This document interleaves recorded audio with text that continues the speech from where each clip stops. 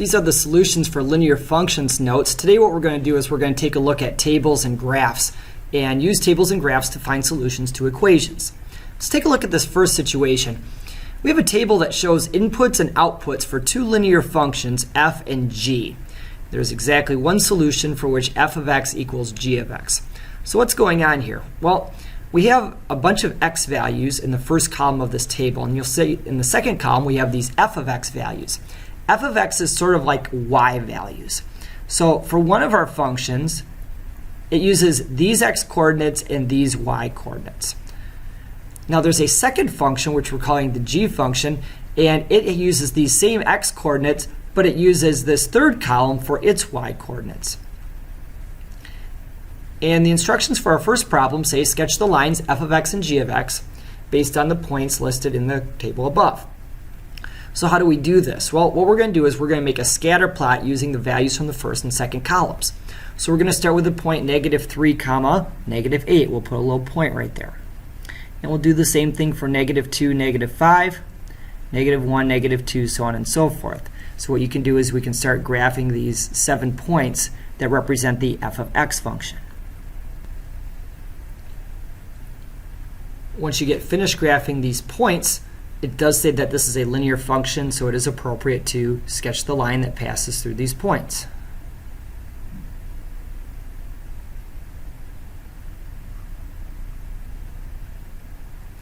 For our second function, we're going to use the points represented by these x coordinates in the first column and these y coordinates in the third column. So here we're going to graph the point -3, -11, which is somewhere down here, followed by the rest of these points, starting with -2, -6.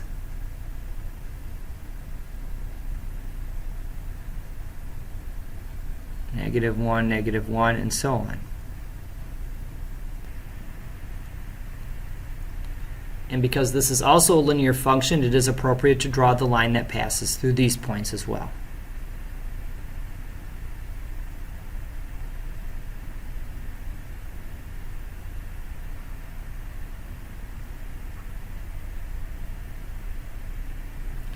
Now the next thing we're going to do is give the approximate x-coordinate where f of x equals g of x. This is the x-coordinate where the graphs intersect. So we're looking to find where are the y values for these two graphs equal. And that's going to be located at this intersection point, which is around right here. I'll put a big dot right there.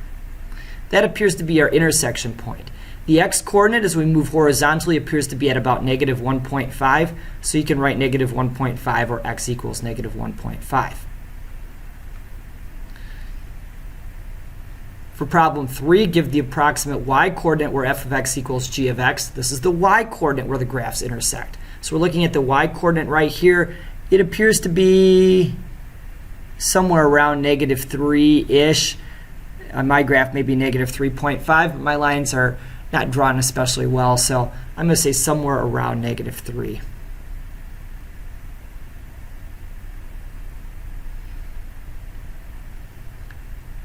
And finally, problem 4, your answer for number 2 is between what two integers? Here's our answer for number 2, -1.5. -1.5 is between -1 and -2. So we're going to write those two values down for number 4. Our answer for number 2, -1.5, is between these two integer values. Now the last thing which is important here is the answer for number 3 is between the f of x and g of x values for the two integers you just wrote down. So what this means is when you look at -1 and -2 on the table and you look at the f of x and g of x values, -3 should be somewhere in between these values. It should be between -5 and -2, and it should be between -6 and -1, and that's true. Now the next question says, without drawing a graph, the solution to f of x equals g of x is between which two values for x? So without drawing a graph, how can we find out where these graphs intersect at? Let's go back to our last example for a minute.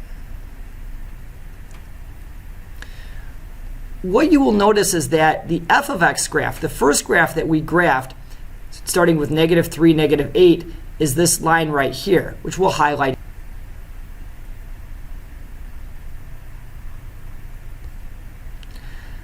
you'll see on this graph we just highlighted, at the beginning, this yellow graph is above our second graph of g of x. But then after they cross, the yellow graph passes below the second graph. Where are they equal? Well, they're equal at the point where the first graph and the second graph have the same y-coordinate, basically where the first graph no longer is above the second graph. How can you get that from the table? Well, what we're going to do is we're going to take a look at values in the table here. And what you'll notice is that at -3, f of x has a larger y-coordinate than g of x does. It's -8, which is bigger than -1. The same thing is true at -2. F of x is -5. That's a little bit bigger than -6 is.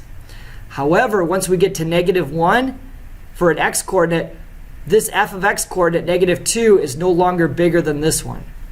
So if you look at these sets of values right here, from this point and smaller for x values, f of x has a bigger coordinate.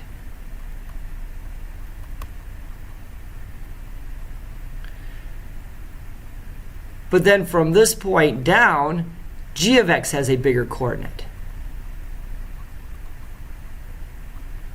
And you can see, especially as we get further down the chart here, 4 is bigger than 1, 9 is bigger than 4, 14 is bigger than 7, and 19 is bigger than 10. So what we're looking for on this table is, when you look at the second and third columns, at what point does one of the columns no longer end up being larger than the other column? So again, when you look at the values, -8 is bigger than -11, -5 is bigger than -6, but then it switches. -2 is not bigger than -1, and where the switch happens is where your solution is going to be between. That's where this intersection, that's where f of x and g of x are going to be equal, is where this switch happens from one being bigger to the other. So when we go down to the chart down here, what we're going to look at is, at what point do the f of x values change from being either bigger or smaller than the g of x values? So at -3, f of x is bigger than g of x. So I'm going to circle the 43. That's bigger than 30. At -2, f of x is still bigger than g of x. 34 is bigger than 24. And it's true for 25 and 18 as well. And 16 is still bigger than 12. And 7 is still bigger than 6. But -2 is not bigger than 0. Now g of x is bigger. So somewhere between 1 and 2, f of x goes from being a taller value on the graph to a smaller value on the graph. You can almost kind of think of it graphically. 1,7 is higher than 1,6, but 2-2 is lower than 2,0. So where that switch happens is where a solution is between. At some point, f of x and g of x values are going to be equal, and then they're going to transition to g of x being bigger than f of x. So we're going to say between the values 1 and 2 is where that solution takes place. Let's move on to the back side for a few different types of problems. Find solutions involving functions using a graph. A solution to y equals f of x is any point on the graph of f of x. So any point that's on this line here is a solution to y equals f of x. So your solution is going to be a coordinate, something comma something. A solution to f of x equals 0 is the x-coordinate for any x-intercept on the graph of f of x. So wherever this graph crosses the x-axis, the x-intercept is the solution. So when you write your answer, we're just going to say x equals. We're going to give the x-coordinate. The y-coordinate's obviously 0, so we're just going to give the x-coordinate. And then, again, a solution to f of x equals g of x is the x-coordinate of any intersection point of f of x and g of x. That's what we just did on the other side. So for number 6, when it says give a solution for y equals f of x, if you're like, I'm not exactly sure what to pick, you have an infinite number of solutions you can pick. Any point on this line is a solution. I tend to look for nice points like, 0, -6 is kind of a nice point on that line to choose. So that might be a good answer to use.